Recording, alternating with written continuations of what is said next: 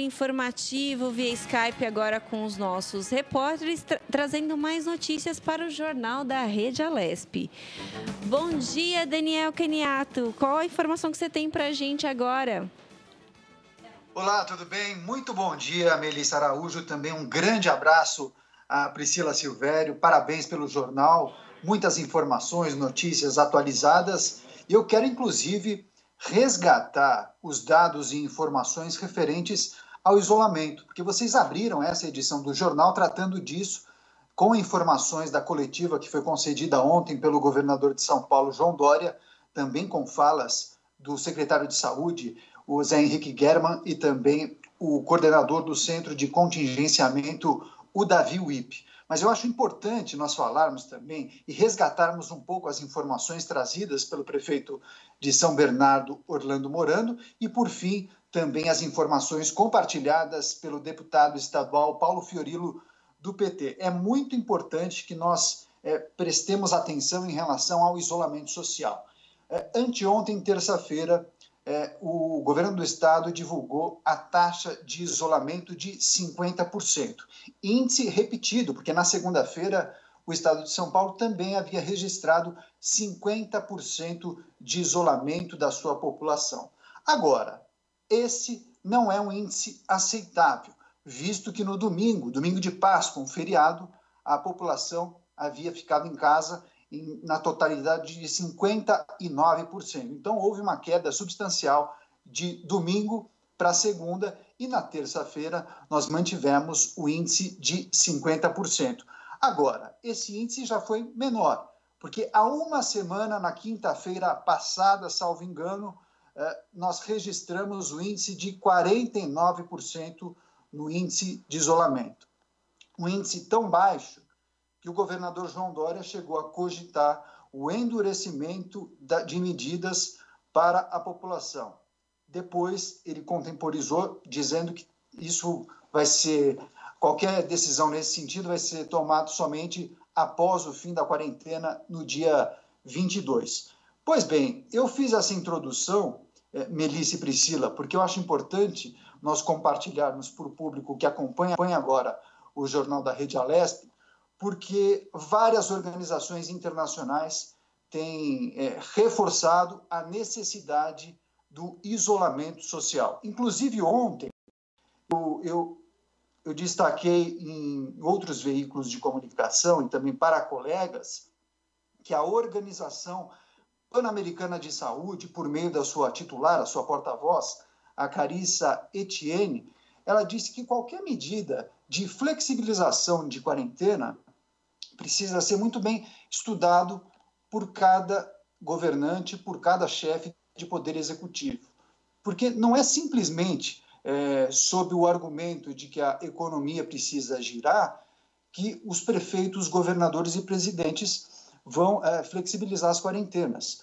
O resultado pode ser muito pior.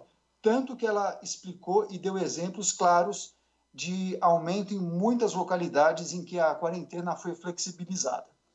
E aí, eu também resgato uma informação que foi divulgada pela Organização Mundial da Saúde, em que é preciso respeitar 6 critérios para que você flexibilize qualquer tipo de isolamento e controle de trânsito de pessoas em localidades muito afetadas pela Covid-19. E eu quero relacionar esses 6 tópicos, 6 itens para vocês e também para a audiência que acompanha agora o Jornal da Rede Alesp, 11 horas com 43 minutos. Primeira coisa, a transmissão do vírus precisa ser controlada pelas autoridades. Segundo ponto, muito importante, os sistemas de saúde precisam ter a capacidade de detectar, testar, isolar e tratar as pessoas com o coronavírus e também os familiares dessas pessoas que eventualmente tenham contraído o vírus. O terceiro tópico destacado pela Organização Mundial da Saúde, o controle de surtos em locais específicos, como, por exemplo, os hospitais, postos de saúde, hospitais de campanha e por aí vai, os centros de saúde que tratam das pessoas com o coronavírus. Quarto item, muito importante, as medidas preventivas, uma vez flexibilizada a quarentena, nos ambientes de trabalho, escolas e também outros lugares, como, por exemplo, as estações de metrô ou mesmo dentro dos transportes coletivos. Quinto item destacado pela Organização Mundial da Saúde, que eu compartilho com minhas amigas Melissa Araújo e Priscila Silvério, o manejo adequado de possíveis novos casos. Portanto, os países, mesmo os estados e as cidades, elas têm que, os entes têm que ter o controle para que não haja a importação de casos, seja por meio de aeroportos, portos, fronteiras, divisas e por aí vai.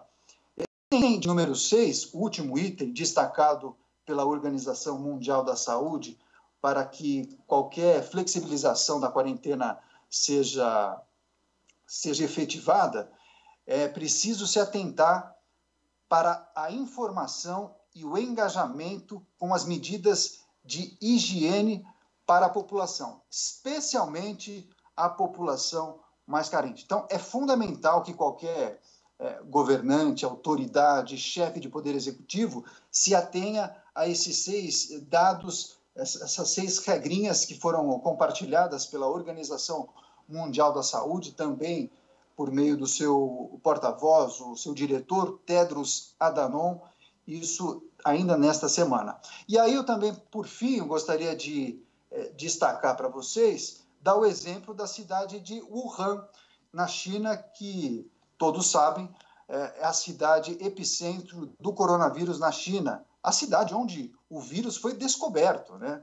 A cidade de Wuhan passou por uma quarentena muito rigorosa, é o que eles chamam de lockdown. Absolutamente tudo fechado por 2 meses. Há poucos dias, eles começaram a retomar a vida em Wuhan, começaram a liberar os comércios, as escolas, os transportes públicos, mas eles não deixaram de prestar atenção em algumas características importantes e também começaram a exigir testes regulares para a população. Por exemplo, todo mundo que vai para a rua precisa ser testado. Uma vez testado, a pessoa pode utilizar o transporte público. Esse é só um exemplo. Após uma semana de uso do transporte público, ela recebe uma licença que vale justamente por 7 dias. Ao final desses 7 dias, ela precisa renovar essa licença para poder continuar utilizando o transporte público, ônibus e também os trens ou metrôs. Então, é muito importante que o poder público tenha o controle das pessoas que foram infectadas e aquelas que não foram infectadas, para que, numa eventual flexibilização das medidas de isolamento, não haja um novo surto e os casos não voltem a aumentar. Meninas, essas foram as informações de hoje. Agradeço demais o convite, espero participar mais vezes e fico à vontade caso vocês tenham perguntas. Daniel, muito obrigada pelas suas informações. A gente percebe aí, pelo que você falou, que cada vez mais os países vão engrossando, aí, criando protocolos mais duros para o combate ao coronavírus. Esse do transporte público é bem interessante, hein? Porque é realmente eu acho que é o grande foco de proliferação do vírus, né? Daniel, muito obrigada, viu? Muito obrigada pela sua participação, pelas suas informações. Um abraço virtual, porque a gente não pode dar abraço